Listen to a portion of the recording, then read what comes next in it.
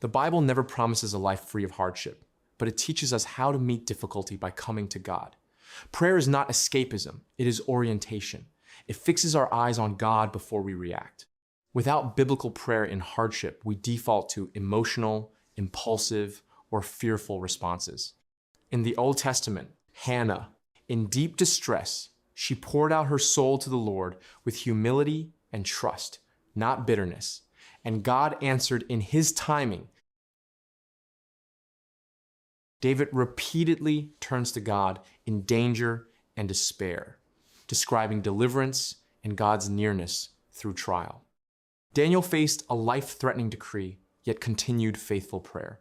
God preserved him in the lion's den. In the New Testament, James 1-2-4 tells believers to consider it all joy when facing trials, because testing produces endurance and maturity of faith. Paul endured hardship, yet learned contentment and relied on Christ's strength.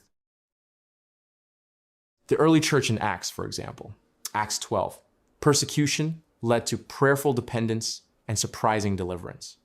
Jesus modeled facing trials with prayerful obedience. In the wilderness, he resisted temptation.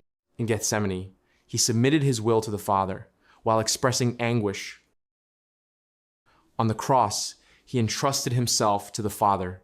His victory over temptation, suffering, and death shows the pattern: prayerful dependence, obedience, and trust in God's redemptive purposes. These examples show the shape of biblical prayer in hardship: honest lament, humble dependence, submission to God's will, and endurance that leads to spiritual growth. Ask God to align your response to hardship with the mind of Messiah: humility, obedience, and trust. Surrender panic impulse and reactive speech. Pray for self-control. Pray for endurance and spiritual maturity rather than only immediate relief. Ask to see your trial through James 1-2-4 as a refining test that produces perseverance and maturity.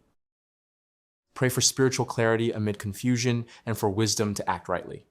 Submit the outcome of your challenge to God's will, not merely your preference. Pray for the courage to obey as Jesus did, even when obedience leads through suffering toward greater good. Pray honestly, submit to God's shaping work, and remember, trials met with biblical prayer do not separate you from God, but form you into Christ-likeness.